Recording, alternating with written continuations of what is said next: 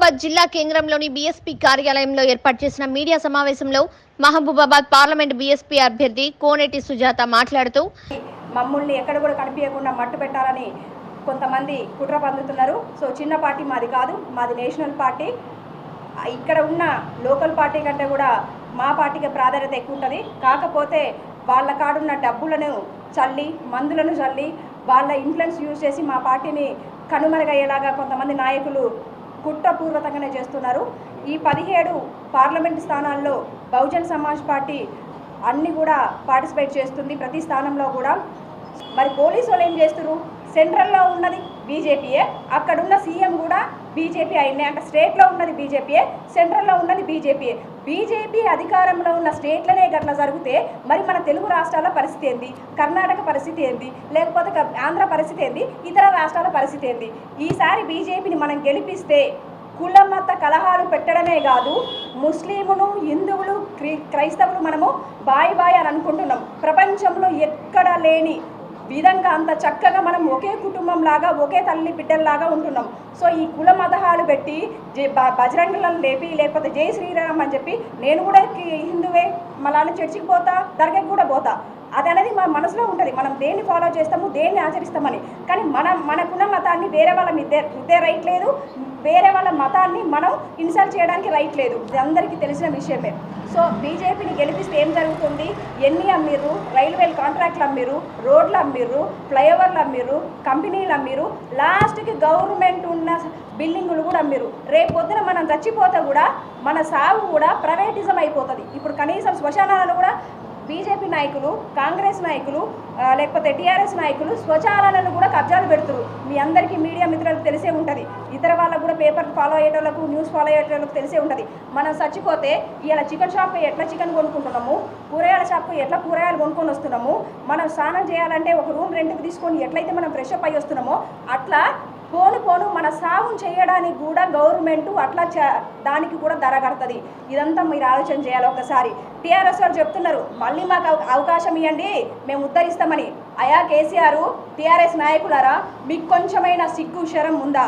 ఎందుకంటే 10 సంవత్సరాల అధికారంలో ఉండి మీరు, నేను ఈరోజు మాట్లాడుతుందంటే, నేను ఈరోజు ఇంత మొండిగా ముందుకు వచ్చినంటే ఒక నిరుద్యోగిగా, ఒక గిరిజన బిడ్డగా, ఒక పేద బిడ్డగా అన్ని అవమానాలు పడి ఉద్యోగాలు లేక కొట్లాడి తెలంగాణలో 10 ఏళ్ళు పాలనలో ఉన్న టీఆర్ఎస్ 36 లక్షల మంది దగాబడ్డ నిరుద్యోగులు ఉద్యోగాలు రాలేదని వాళ్ళందరూ ఆవేదన చెందుతుంటే టీఎస్పీఎస్యు అని నువ్వు ఒక కమిటీ పెట్టినావు, జనార్దన్ రెడ్డిని పెట్టుకున్నావు. ఆ కమిటీ సభ్యులందరూ కూడా నీ మనుషుల్ని పెట్టుకున్నావు. ఒక్కొక్క పేపరు 1,50,00,000 నువ్వు లంచం తీసుకొని పేపర్ లీకేజ్ చేసినావు. 36 లక్షల మంది కడుపులు కొట్టినావు. ఇది నిజం కాదా? ఆ సమస్య మీద కొట్లాడింది రాష్ట్ర వ్యాప్తంగా ఒక బహుజన్ సమాజ్ పార్టీ కొట్లాడింది. ప్రతి సమస్యల తెలంగాణలో ఏదైనా జరుగుతుంటే రెస్పాండ్ అయింది బహుజన్ సమాజ్ పార్టీ, కేసులు పెట్టించుకున్నది బహుజన్ సమాజ్ పార్టీ, మాట్లాడింది బహుజన్ సమాజ్ పార్టీ. కుటుంబ పాలన కాలేదా? 10 ఏళ్ళు అధికారం చేతిలో ఉన్న మీరు చేయలేంది, ఇప్పుడు మళ్ళీ కొత్తగా అధికారంలోకి వస్తే ఏం చేస్తారు? ఇదంతా కుట్ర. బీజేపీ మీ వెనకాల నుండి ఆడిస్తున్న ఆట అని తెలియదా? కాంగ్రెస్ వాళ్ళు చెప్తున్నారు ఒక్క అవకాశం మాకు ఇవ్వండి అని. ఇప్పుడు అధికారంలో ఉన్నారు, దాదాపు కాంగ్రెస్ గవర్నమెంట్ వచ్చి 4 నెలలు అవుతుంది. నిరుద్యోగుల గోస ఏమైంది?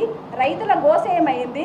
లేకపోతే స్టూడెంట్స్కి సరిగా అక్కడ ఉండే ఏవైతే లోకల్ కాలేజీలో ఇష్యూస్ ఉన్నాయి, ఉమెన్స్ ఈరోజు స్వతంత్రం వచ్చి మనం దాదాపు 75 సంవత్సరాలు గడిచిపోతున్నా ఒక ఉమెన్ ఆమెకు నచ్చిన బట్టలు వేసుకొని ఆమె ఒక స్వేచ్ఛగా రోడ్డు మీద తిరిగే ఇది లేదు. ఏమన్నంటే ఆమె డ్రెస్ గురించి మీరు కామెంట్ చేస్తారు, మీకు ఏం రైట్ ఉంది డ్రెస్ వేసుకోవడానికి?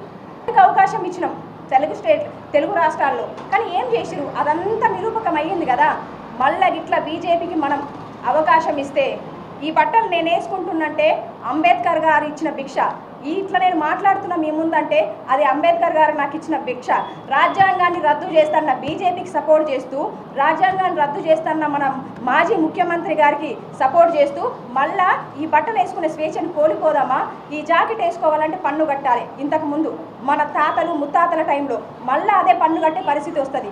ఇంత స్వేచ్ఛగా నేను మాట్లాడుతుందంటే అంబేద్కర్ గారు రాసిన రాజ్యాంగం వల్ల. మళ్ళీ ఇదే బీజేపీని గెలిపించినా, ఈ కాంగ్రెస్ని గెలిపించినా, ఈ టీఆర్ఎస్ని గెలిపించినా మళ్ళా పోతుంది. ఇదే వస్తుంది పద్ధతి.